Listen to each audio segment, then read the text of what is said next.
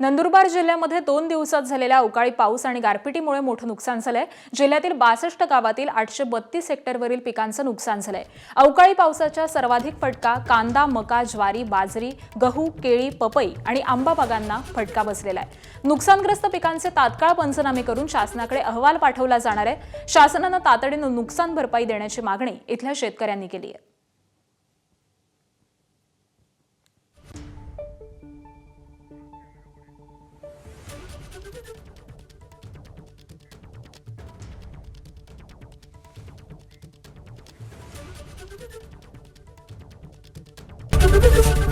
ABP माझा, उघडा डोळे बघा नीट।